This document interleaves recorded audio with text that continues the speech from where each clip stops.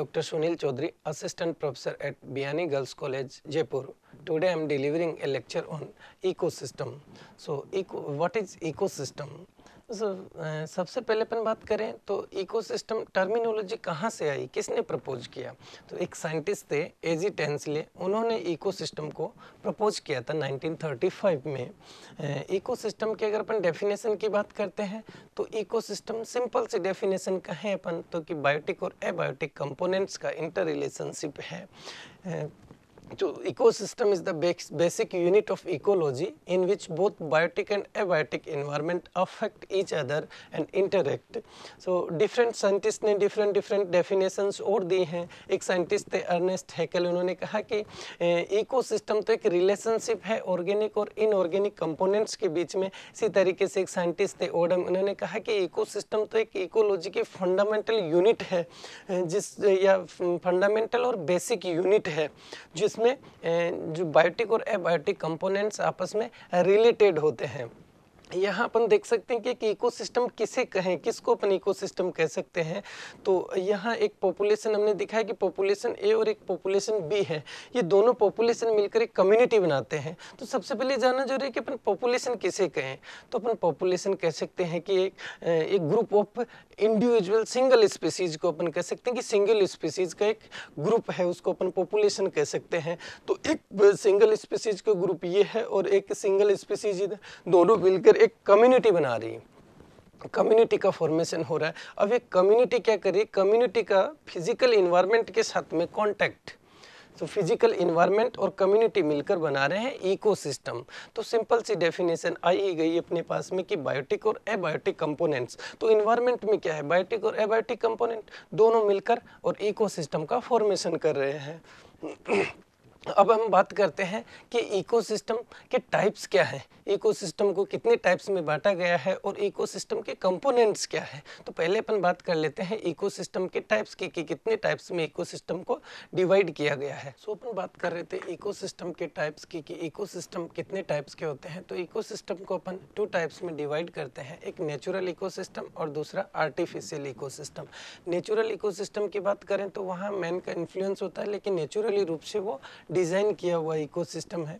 तो यहाँ natural ecosystem को फिर अपन 2 टाइप्स में डिवाइड करते हैं, टेरेस्ट्रियल इकोसिस्टम और एक्वेटिक इकोसिस्टम।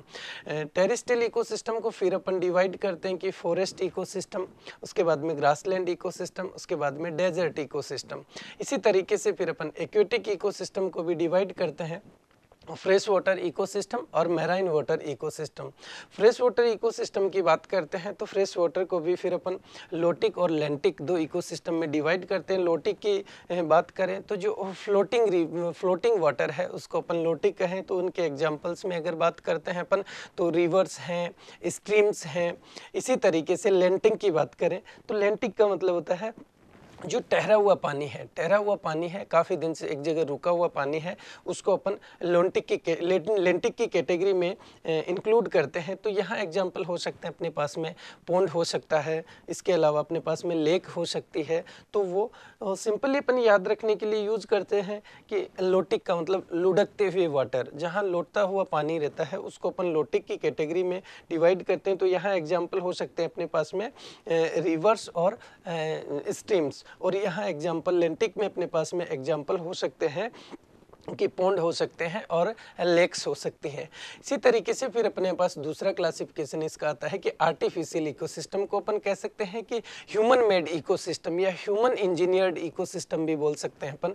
तो आर्टिफिशियल इकोसिस्टम एक ह्यूमन बीइंग के द्वारा क्रिएट किया जाता है, क्या इकोसिस्टम को हम खुद भी डेवलप कर सकते हैं। तो आर्टिफिशियल इकोसिस्टम की बात करते हैं तो यहाँ सबसे बेस्ट एग्जाम्पल अपने पास में एक्वेरियम हो सकता है। एक्वेरियम को अपन सबसे बेस्ट एग्जाम्पल मानते हैं आर्टिफिशियल इकोसिस्टम का। इसके अलावा अपन बात कर सकते हैं क्रोपलैंड्स की बात कर सकते हैं, जो भी अपने फील्ड तैयार होते हैं, या इसमें भी अपन सबसे बेस्ट एग्जाम्पल पैडी फील्ड को मान सकते हैं, राइस फील्ड को अपन आर्टिफिशियल इकोसिस्टम का एक तरीके से बेस्ट एग्जांपल मान सकते हैं।